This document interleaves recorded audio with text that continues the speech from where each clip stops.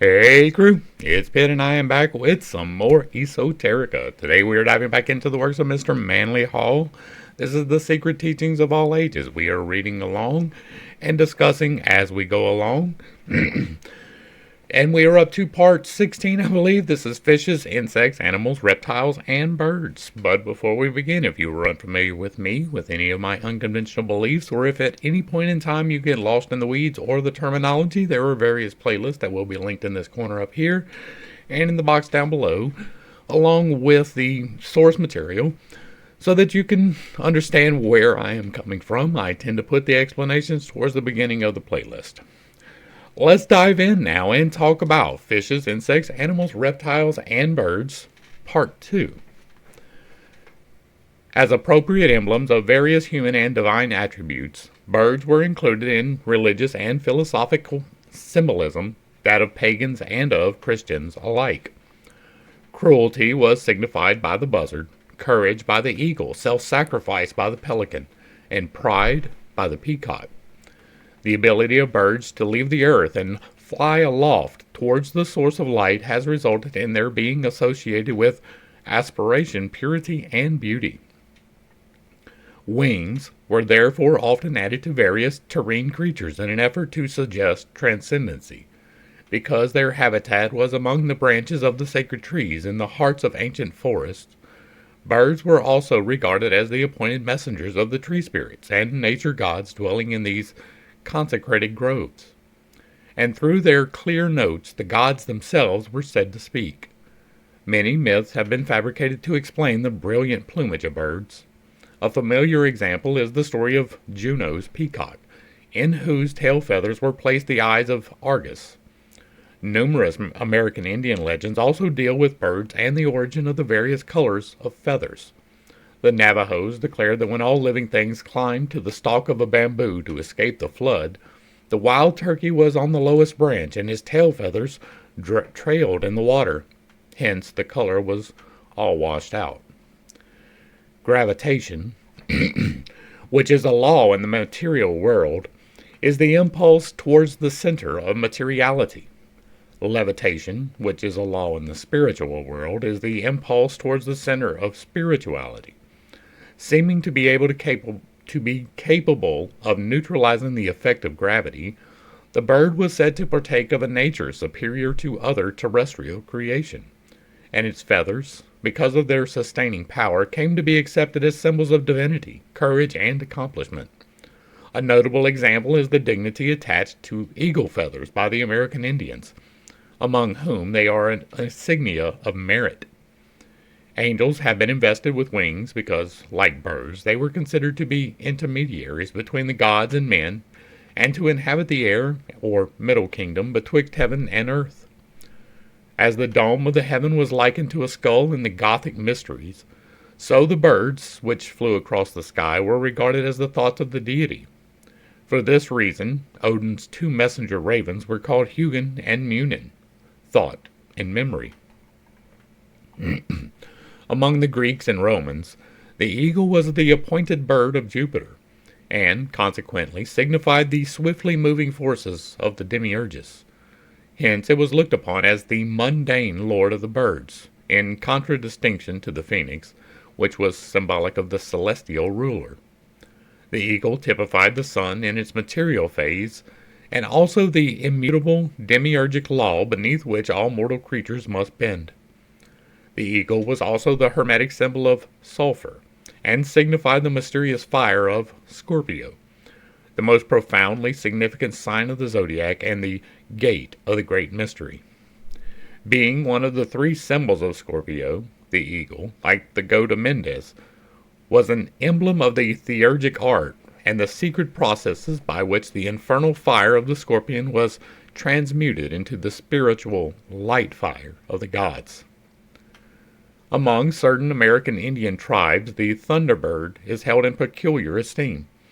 This divine creature is said to live above the clouds. The flapping of its wings causes the rumbling which accompanies storms, while the flashes from its eyes are lightning. Birds are used to signify the vital breath, and among the Egyptians, mysterious hawk-like birds with human heads and carrying in their claws the symbols of immortality, are often shown hovering as emblems of the liberated soul over the mummified bodies of the dead. In Egypt, the hawk was the sacred symbol of the sun, and Ra, Osiris, and horns are often depicted with the head of hawks. The cock, or rooster, was a symbol of Kashmala, Cadmilis, in the Samothracian mysteries, and is also a phallic symbol sacred to the sun. It was accepted by the Greeks as the emblem of Ares, Mars, and typified watchfulness and defense. When placed in the center of a weather vane, it signifies the sun in the midst of the four corners of creation. The Greeks sacrificed a rooster to the gods at the time of entering the Eleusinian mysteries. Sir Francis Bacon is supposed to have died as the result of stuffing a fowl with snow. May this not signify Bacon's initiation into the pagan mysteries which still existed in his day. That is... what? He died as the result of stuffing a fowl with snow. So, what? I don't... if you know anything about that particular thing, let me know where the documentation for that is because I would love to figure that shit out. That don't even make sense to me. Both the peacock and the ibis were objects of veneration because they destroyed the poisonous reptiles which were popularly regarded as the emissaries of the infernal gods. Because of the myriad of eyes on its tail feathers, the peacock was accepted as a symbol of wisdom, and on account of its general appearance, it was often confused with the fabled phoenix of the mysteries. There is a curious belief that the flesh of the peacock will not putrefy, even though kept for a considerable time. As an outgrowth of this belief, the peacock became the emblem of immortality, because the spiritual nature of man, like the flesh of this bird, is incorruptible. That's another one that doesn't make sense. You can just leave it out. It will right. The Egyptians paid divine honors to the ibis, and it was a cardinal crime to kill one, even by accident. It was asserted that the ibis could live only in Egypt, and that if transported to a foreign country it would die of grief. The Egyptians declared this bird to be the preserver of crops, and especially worthy of veneration because it drove out the winged serpents of Libya, which the wind blew into Egypt. The ibis was sacred to Teote, and when its head and neck were tucked under its wing, its body closely resembled a human heart. See Montfaucon's Antiquities. The black and white ibis was sacred to the moon, but all forms were revered because they destroyed crocodile eggs, the crocodile being a symbol of the detested Typhon. Nocturnal birds were appropriate symbols of both sorcery and the secret divine sciences. Sorcery because black magic cannot function in the light of truth, day, and is powerful only when surrounded by ignorance, night.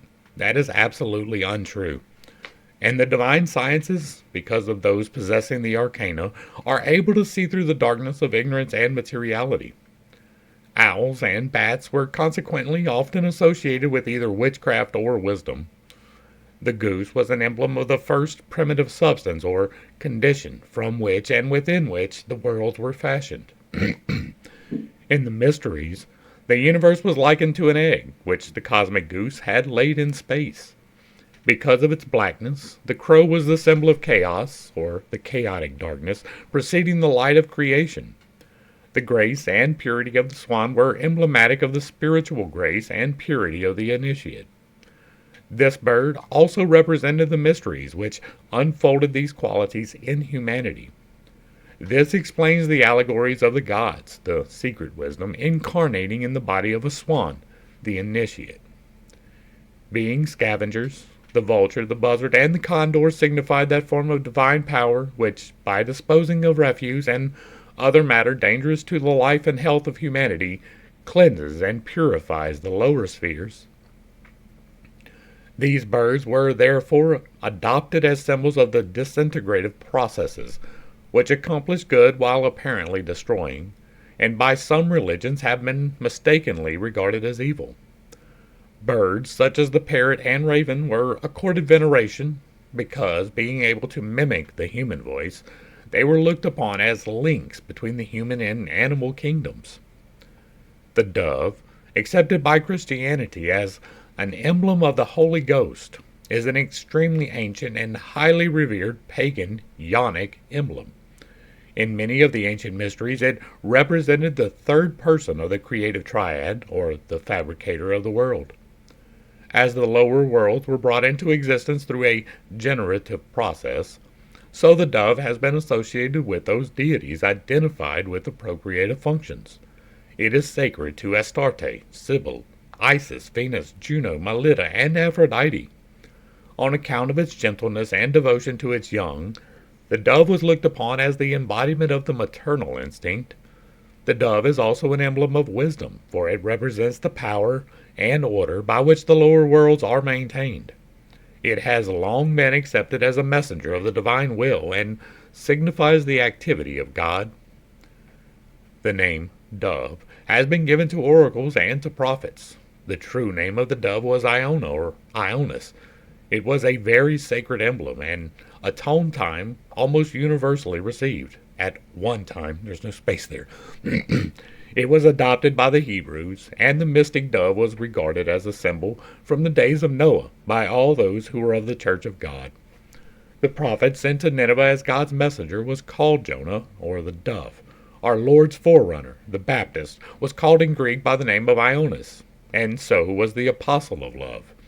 The author of the fourth Gospel and the Apocalypse, named Ionis, Bryant's Analysis of Ancient Mythology. The phoenix on its nest of flames. I'm going to go ahead and steal that so that we can use it in the thumbnail. From Lycosthenes Prodigiorum ac Ostentorum Chronicon. The phoenix is the most celebrated of all the symbolic creatures fabricated by the ancient mysteries for the purpose of concealing the great truths of esoteric philosophy.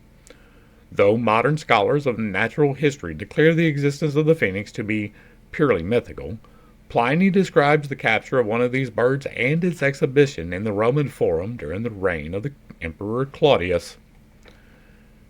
In Masonry, the dove is the symbol of purity and innocence. It is significant that in the pagan mysteries the dove of Venus was crucified upon the four spokes of a great wheel, thus foreshadowing the mystery of the crucified Lord of Love. Although Muhammad drove the doves from the temple at Mecca, occasionally he is depicted with a dove sitting on his shoulder as the symbol of divine inspiration. In ancient times, the effigies of doves were placed upon the heads of scepters to signify that those bearing them were overshadowed by divine prerogative. In medieval art, the dove frequently was pictured as an emblem of divine benediction. The Phoenix. Clement, one of the ante-Nicene fathers, describes, in the 1st century after Christ, the peculiar nature and habits of the phoenix in this wise. There is a certain bird which is called a phoenix. This is the only one of its kind and lives 500 years.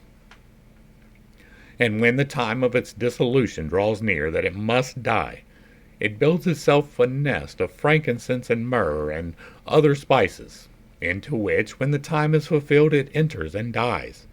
But as the flesh decays, a certain kind of worm is produced, which, being nourished by the juices of the dead bird, brings forth feathers. Then, when it has acquired strength, it takes up that nest into which the bones are of its parent, and bearing these, it passes from the land of Arabia into Egypt, to the city called Heliopolis, and in open day, flying in the sight of all men, it places them on the altar of the sun, and having done this, hastens back to its former abode. The priest then inspects the registers of the dates and finds that it has returned exactly as the 500th year was completed. And here we have an example of a church father blatantly lying to people. Even if, and I don't discount that there may have been a bird, right? There was no record every 500 years. It just didn't happen. Civilizations normally don't even last that long, and record keeping by one civilization for a period of 2 phoenix things is probably not going to happen, right? Much less, even one is stretching the credibility, right? 500 years ago, somebody wrote down that this bird did this, and The bird dies, and then from the bird is born a worm who eats all the juices and then takes the bones as a bird that it miraculously became from a worm and carries those bones across the sea to Egypt. It just is a little bit of a stretch for me, right? I believe in some wild, fantastical things, but that is probably not true. Now, could this be symbology for something else?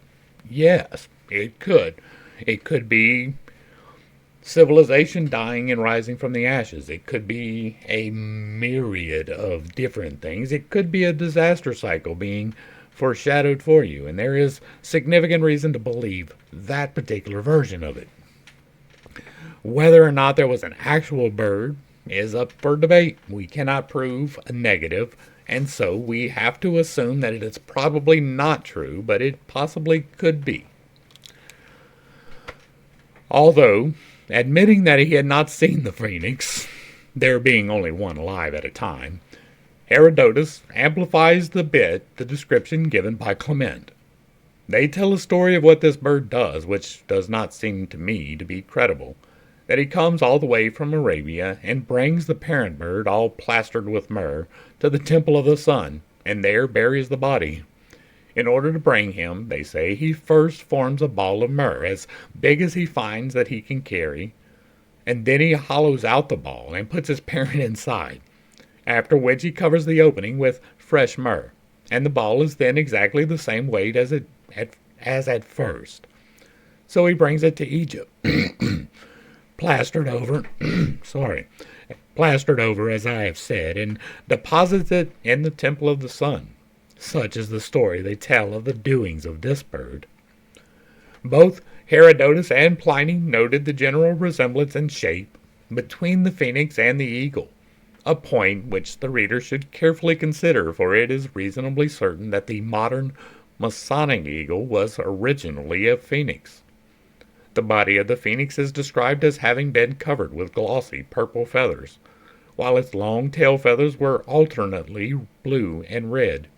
Its head was light in color, and about its neck was a circlet of golden plumage.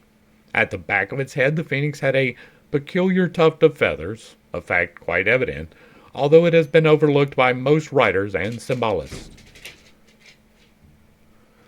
The phoenix was regarded as sacred to the sun, and the length of its life, 500 to 1,000 years, was taken as a standard for measuring the motion of the heavenly bodies, and also the cycles of time used in the mysteries to designate the periods of existence.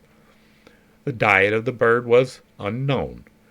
Some writers declare that it subsisted upon the atmosphere, others that it ate at rare intervals, but never in the presence of man. Modern Masons should realize the special Masonic significance of the phoenix, for the bird is described as using sprigs of acacia in the manufacture of its nest. The phoenix, which is the mythological Persian roc, is also the name of a southern constellation, and therefore it has both an astronomical and an astrological significance. In all probability, the phoenix was the swan of the Greeks, the eagle of the Romans, and the peacock of the Far East. To the ancient mystics, the phoenix was a most appropriate symbol of the immortality of the human soul. For just as the phoenix was reborn out of its own dead self 7 times 7, so again and again the spiritual nature of man rises triumphant from his dead physical body. Medieval Hermeticists regarded the phoenix as a symbol of the accomplishment of alchemical transmutation, a process equivalent to human regeneration. The name phoenix was also given to one of the secret alchemical formulae. The familiar pelican of the Rose-Croix degree, feeding its young from its own breast, is in reality a phoenix.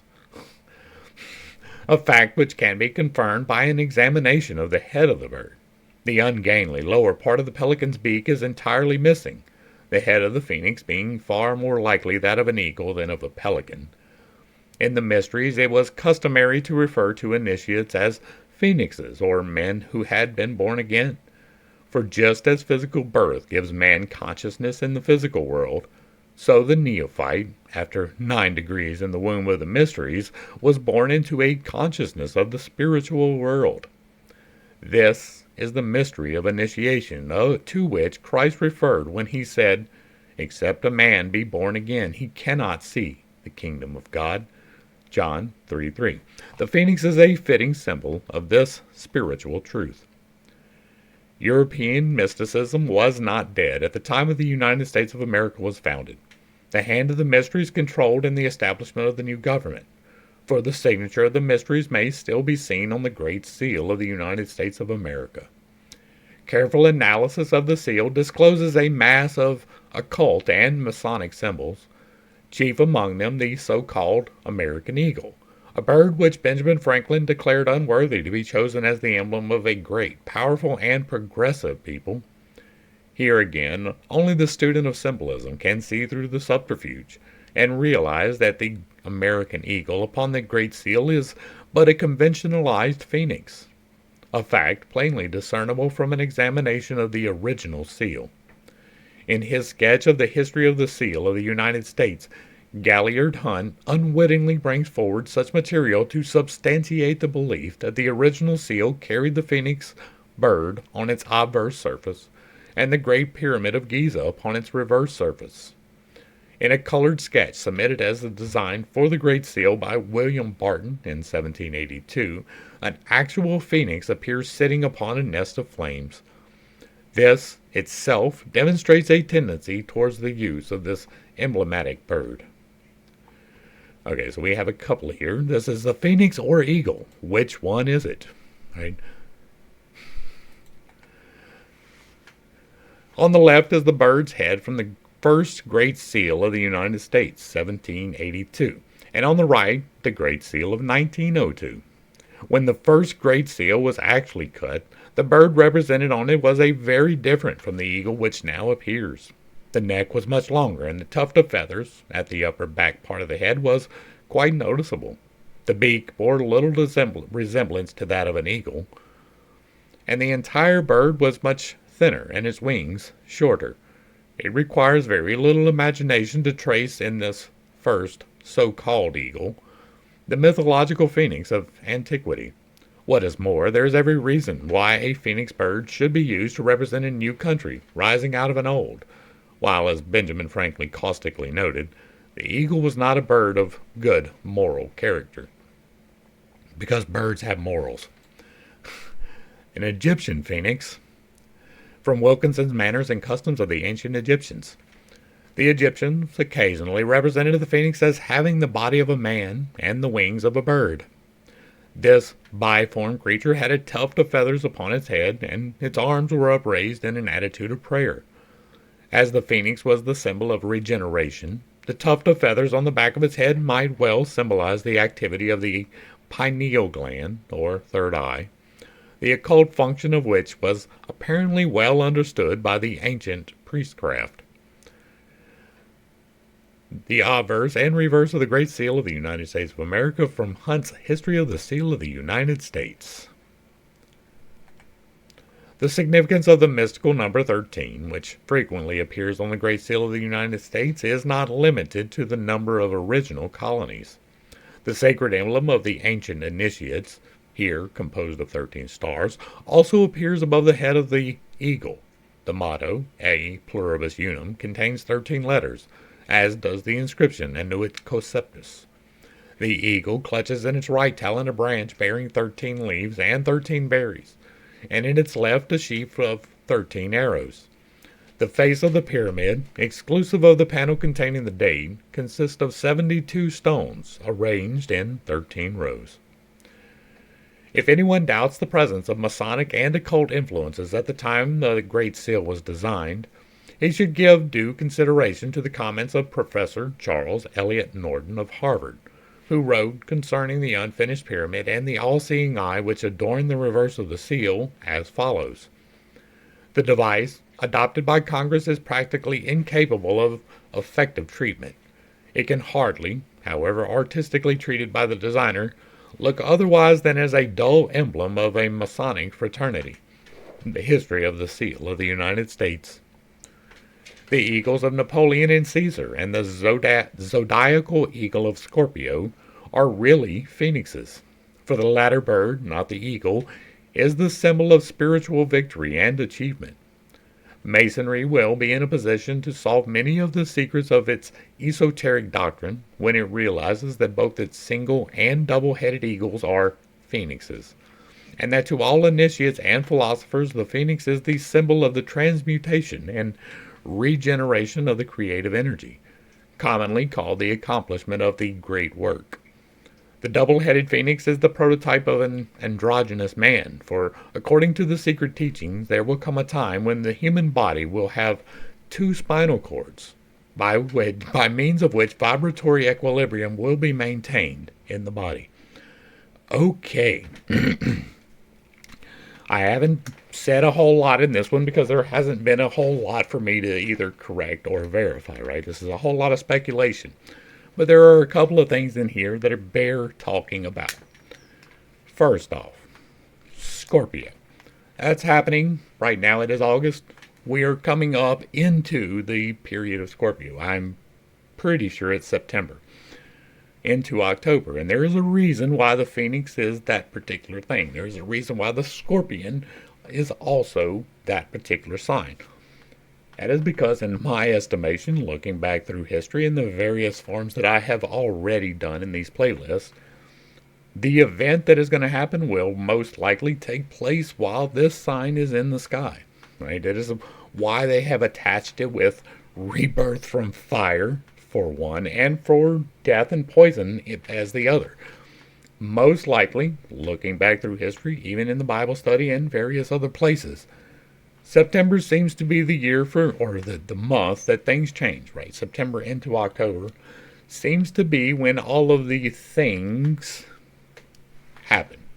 Now, we do not have definite records of in September every 138 years this particular thing happens. We don't have that record, but we do have a record that something happens. I do the 12,000 year disaster cycle. If you don't understand what I'm talking about, something's happening about every 6,000 years. There is other things that happen in between that particular cycle. Some of them are major events. Tishomingo fires is one of those things. Check out Randall Carlson if you want a better explanation of that.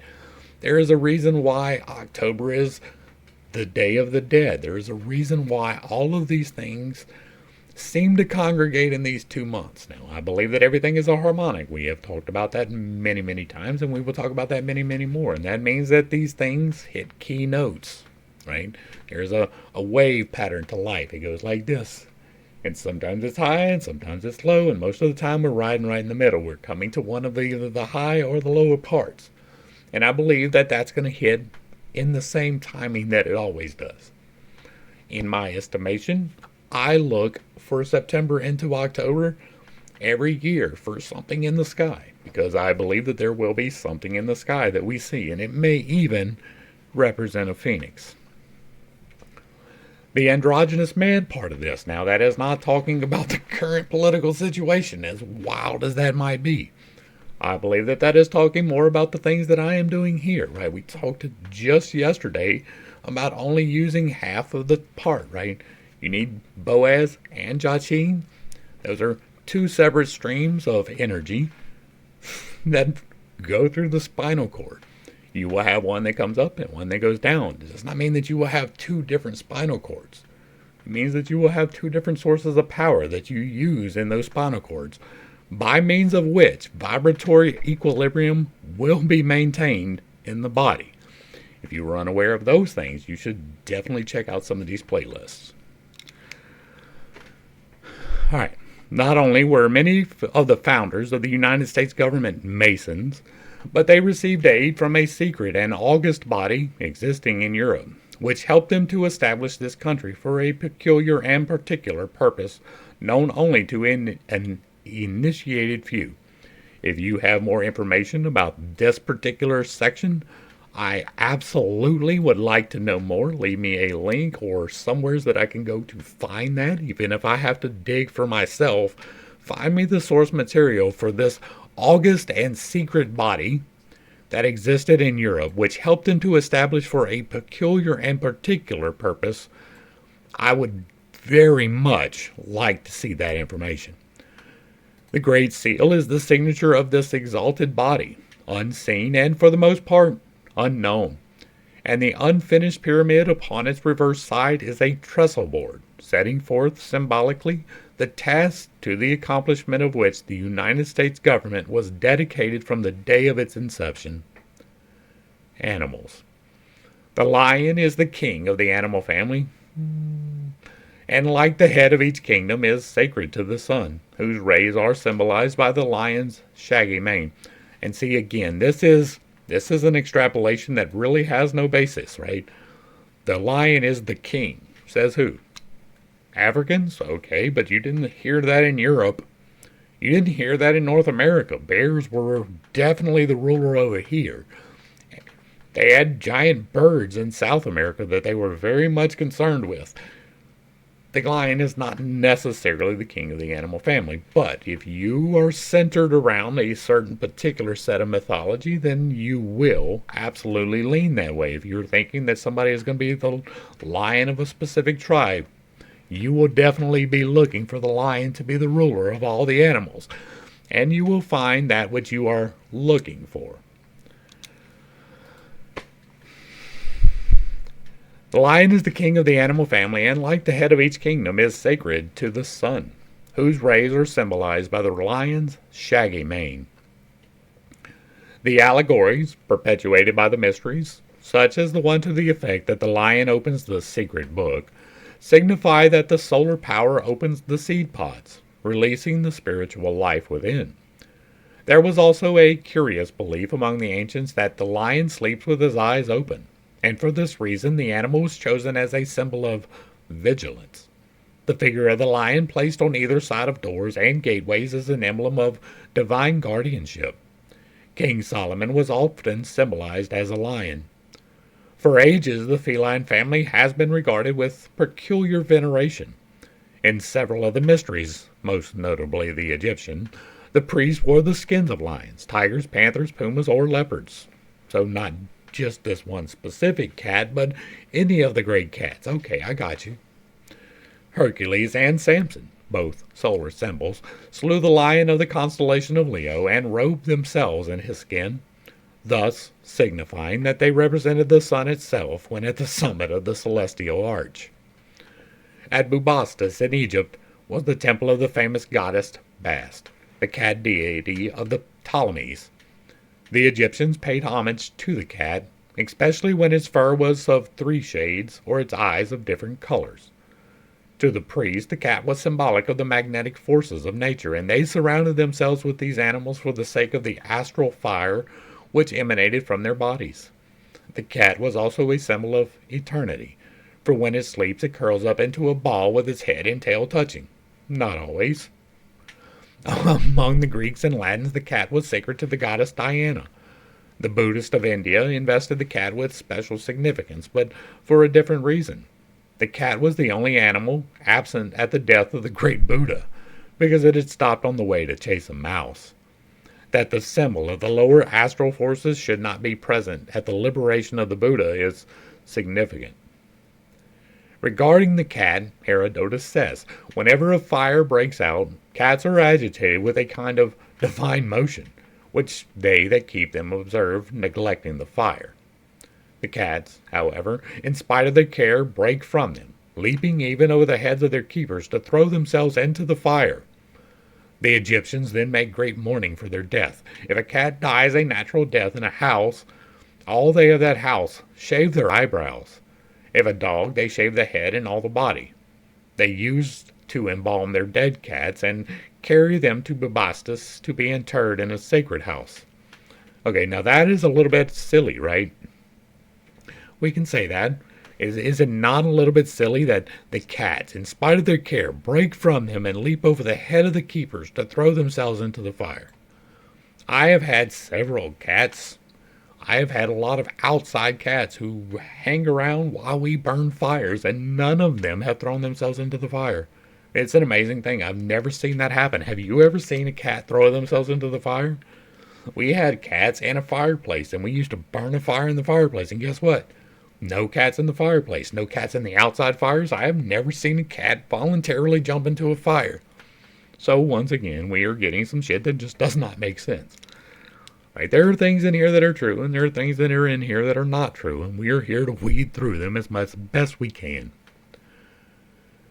The most important of all symbolic animals was the Apis, or Egyptian bull of Memphis, which was regarded as the sacred vehicle for the transmigration of the soul of the god Osiris. It was declared that the Apis was conceived by a bolt of lightning, and the ceremony attendant upon its selection and consecration was one of the most impressive in Egyptian ritualism. The Apis had to be marked in a certain manner. Herodotus states that the bull must be black, with a square white spot on his forehead, the form of an eagle, probably a vulture, on his back, a beetle, a pawn, under his tongue, and the hair of his tail lying two ways. Other writers declared that the sacred bull was marked with 29 sacred symbols. His body was spotted, and upon his right side was a white mark in the form of a crescent. After its sanctification, the Apis was kept in a stable adjacent to the temple and led in processionals through the streets of the city upon certain solemn occasions. It was a popular belief among the Egyptians that any child upon whom the bull breathed would become illustrious. After reaching a certain age, 25 years, the Apis was taken either to the river Nile or to a sacred fountain, authorities differ on this point, and drowned amidst the lamentations of the populace. The mourning and wailing of his death continued until the new Apis was found, when it was declared that Osiris had reincarnated, whereupon rejoicing took the place of grief. That's wild. The worship of the bull was not confined to Egypt, but was prevalent in many nations in the ancient world.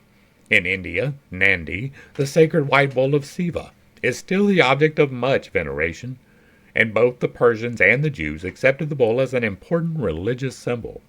The Assyrians, Phoenicians, Chaldeans, and even the Greeks reverenced this animal, and Jupiter turned himself into a white bull to abduct Europa. The bull was a powerful phallic emblem, signifying the paternal, creative power of the demiurgus. At his death, he was frequently mummified and buried with the pomp and dignity of a god in a specially prepared sarcophagus. Excavations in the Serapeum in Memphis have uncovered the tombs of more than 60 of these sacred animals. As the sign rising over the horizon at the vernal equinox constitutes the starry body for the annual incarnation of the sun, the bull not only was the celestial symbol of the solar man, but, because of the vernal equinox took place in the constellation of Taurus, was called the breaker or opener of the year. For this reason, the astronomical symbolism of the bull is often showed breaking the annular egg with its horns. The Apis further signifies the god mind is incarnated in the body of a beast, and therefore that the physical beast form is the sacred vehicle of divinity.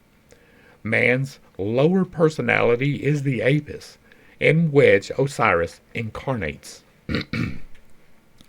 The result of the combination is the creation of Serapis, the material soul, as rider of the irrational material body and involved therein.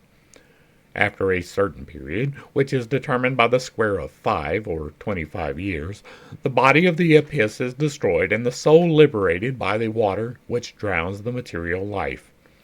This was indicative of the washing away of the material nature by the baptismal waters of divine light and truth. The drowning of the Apis is the symbol of death. The resurrection of Osiris in the new bull is the symbol of eternal renovation.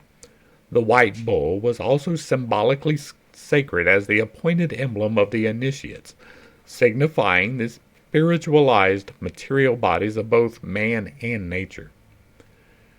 When the vernal equinox no longer occurred in the sign of Taurus, the sun god incarnated in the constellation of Aries, and the ram then became the vehicle of the solar power. Thus, the sun rising in the sign of the celestial lamb triumphs over the symbolic serpent of darkness. The lamb is a familiar emblem of purity because of its gentleness and the whiteness of its wool. In many of the pagan mysteries, it signified the universal Savior, and in Christianity, it is the favorite symbol of Christ. Early church paintings show a lamb standing upon a little hill, and from its feet pour 4 streams of living water, signifying the 4 Gospels. The blood of the lamb is the solar life pouring into the world through the sign of Aries. The goat is both a phallic symbol and also an emblem of courage or aspiration because of its sure-footedness and ability to scale the loftiest peaks. To the alchemist, the goat's head was the symbol of sulfur. The practice among the ancient Jews of choosing a scapegoat upon which to heap the sins of mankind is merely an allegorical... Did I miss it? I did. Wait.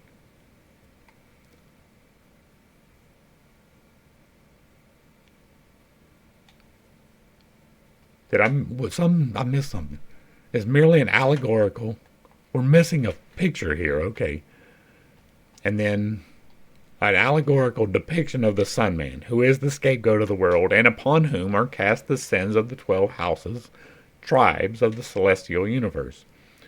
Truth is the divine lamb worshipped throughout pagandom and slain for the sins of the world, and since the dawn of time, the savior gods of all religions have been personifications of this truth. The golden fleece, sought by Jason and his Argonauts, is the celestial lamb, the spiritual and intellectual sun. The secret doctrine is also typified by the golden fleece, the wool of the divine life, the rays of the Sun of Truth. Suidas declares the golden fleece to have been in reality a book written upon skin which contained the formula for the production of gold by the means of chemistry. The mysteries were institutions erected for the transmutation of base ignorance into precious illumination. The dragon of ignorance was the terrible creature set to guard the golden fleece and represents the darkness of the old year, which battles with the sun at the time of its equinoctial passage. This is a missing picture from Kircher's Sphinx Mystico, the Mystic Bull or a piece. The importance of the bull as the symbol of the sun at the vernal equinox is discussed in the chapter on the zodiac and its signs. The bull and the ox are ancient emblems of the element of earth, consequently of the planet itself. They also signify the animal nature of man, and for this reason were sacrificed upon the altars of such ancient mysteries as the Jewish and Druidic. Plutarch wrote, "The Apis ought to be regarded by us as a fair and beautiful image of the soul of Osiris." Osiris represents the spiritual nature of the lower world, which is murdered and distributed throughout the substance of the physical spheres. Apis is the emblem of the material world, within which is the spiritual nature, Osiris. The Apis is also the symbol of the exoteric or profane doctrine. In contradistinction to the esoteric or divine teachings represented by the uraeus worn upon the foreheads of the priests. From this is derived the mythological allegory of Serapis, who in a certain sense is not only the composite figure of Osiris and the lower world in which he is incarnated, but also of the mysteries, which are the terrestrial bodies containing the secret teachings or the spiritual soul. Deer were sacred in the Bacchic mysteries of the Greeks. The Bacchantes were often clothed in fawn skins. Deer were associated with the worship of the moon goddess, and the Bacchic orgies were usually conducted at night. The grace and speed of this animal caused it to be accepted as the proper symbols of aesthetic abandon. Deer were objects of veneration with many nations. In Japan, herds of them are still maintained in connection with the temples. The wolf is usually associated with the principle of evil because of the mournful discordance of its howl and the viciousness of its nature. In Scandinavian mythology, the Fenris wolf was one of the sons of Loki, the infernal god of the fires. With the temple of Asgard in flames about them, the gods under the command of Odin fought their last great battle against the chaotic forces of evil. With frothing jowls, the Fenris wolf devoured Odin, the father of the gods, and thus destroy the Odinic universe. Here, the Fenris wolf represents those mindless powers of nature that overthrew the primitive creation. The unicorn, or monoceros, was a most curious creation of the ancient initiates.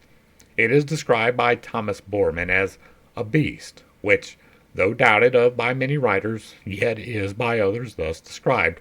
He has but one horn, and that an exceedingly rich one, growing out of the middle of his forehead. His head resembles a hart's, his feet an elephant's, his tail a boar's, and the rest of his body a horse. The horn is about 1.5 feet in length, and his voice is like the lowing of an ox. His mane and hair are of a yellowish color. His horn is hard as iron and as rough as any file, twisted or curled like a flaming sword, very straight, sharp, and everywhere black, excepting the point. Great virtues are attributed to it in expelling a poison and curing of several diseases. He is not a beast of prey. See Redgrove's Bygone Beliefs. So, it was twisted or curled like a flaming sword, but very straight and sharp. Those are contradictory. While the unicorn is mentioned several times in Scripture, no proof has yet been discovered of its existence. There are a number of drinking horns in various museums, presumably fashioned from its spike. It is reasonably certain, however, that these drinking vessels were really made either from the tusk of some large mammal or the horn of a rhinoceros. J.P. Lundy believes that the horn of the unicorn symbolizes the hymn of salvation mentioned by St. Luke, which, pricking the hearts of men, turns them to a consideration of salvation through Christ. Man, the way that they will retcon anything. Medieval Christian mystics employed the unicorn as an emblem of Christ, and this creature must, therefore, signify the spiritual life in man. The single horn of the unicorn may represent the pineal gland, or third eye, which is the spiritual cognition center in the brain. That's true. The unicorn was adopted by the mysteries as a symbol of the illumined, spiritual nature of the initiate. The horn, with which it defends itself, being the flaming sword of the spiritual doctrine against which nothing can prevail. In the book of Lambspring, a rare hermetic tract, appears an engraving showing a deer and a unicorn standing together in a wood. The picture is accompanied by the following text. The sages say truly that two animals are in this forest, one glorious, beautiful, and swift, a great and strong deer, the other a unicorn. If we apply the parable of our art, we shall call the forest the body. The unicorn will be the spirit at all times. The deer desires no other name but that of the soul. He that knows how to tame and master them by art, to couple them together and to lead them in and are of the form, may justly be called a master. The Egyptian devil, Typhon, was often symbolized by the Set monster, whose identity is obscure. It has a queer, snout-like nose and pointed ears, and may have been a conventional hyena. The Set monster lived in the sandstorms and wandered about the world promulgating evil. The Egyptians related the howling of the desert winds with the moaning cry of the hyena. Thus, when in the depths of the night the hyena sent forth its doleful wail, it sounded like the last despairing cry of a lost soul in the clutches of Typhon. Among the duties of this evil creature was that of protecting the Egyptian dead against grave robbers. Among other symbols of Typhon was the hippopotamus, sacred to the god Mars because Mars was enthroned in the sign of Scorpio, the house of Typhon. The ass was also sacred to this Egyptian demon. Jesus riding into Jerusalem upon the back of an ass has the same significance as Hermes standing upon the prostrate form of Typhon. No, it doesn't. The early Christians were accused of worshipping the head of an ass. A most curious animal symbol is the hog or sow, sacred to the Diana and frequently employed in the mysteries as an emblem of the occult art. The wild boar which gored Attis shows the use of this animal in the mysteries. According to the mysteries, the monkey represents the condition of man before the rational soul entered his constitution. Therefore, it typifies the irrational man. By some, the monkey is looked upon as a species not ensouled by the spiritual hierarchies. By others, as a fallen state wherein man has been deprived of his divine nature through degeneracy. The ancients, though evolutionists, did not trace a man's ascent through the monkey. The monkey they considered as having separated itself from the main stem of progress. The monkey was occasionally employed as a symbol of learning. Cynocephalus, the dog-headed ape, was the Egyptian hieroglyphic symbol of writing, and was closely associated with Teote. Cynocephalus was symbolic of the moon, and Teote of the planet Mercury. Because of the ancient belief that the moon followed Mercury about the heavens, the dog ape was described as the faithful companion of Teote. This right here, I am going to take extreme exception to, because there, as far as I know, is zero evidence to corroborate that particular statement.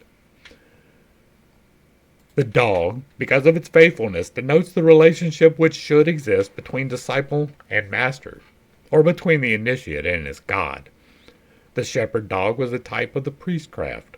The dog's ability to sense and follow unseen persons for miles symbolized the transcendental power by which a philosopher follows the thread of truth through the labyrinth of earthly error. The dog is also the symbol of Mercury. The dog star, Sirius or Sothis, was sacred to the Egyptians because it presaged the annual inundations of the Nile. As a beast of burden, the horse was the symbol of the body of man, forced to sustain the weight of his spiritual constitution. Conversely, it also typified the spiritual nature of man, forced to maintain the burden of the material personality. Chiron, the centaur, mentor of Achilles, represents the primitive creation, which was the progenitor and instructor of mankind, as described by Berosus. The winged horse and the magic carpet both symbolize the secret doctrine and the spiritualized body of man. The wooden horse of Troy, secreting an army for the capture of the city, represents man's body, concealing within it those infinite potentialities which later come forth and conquer his environment. Again, like Noah's Ark, it represents the spiritual nature of man as containing a host of latent potentialities which subsequently become active.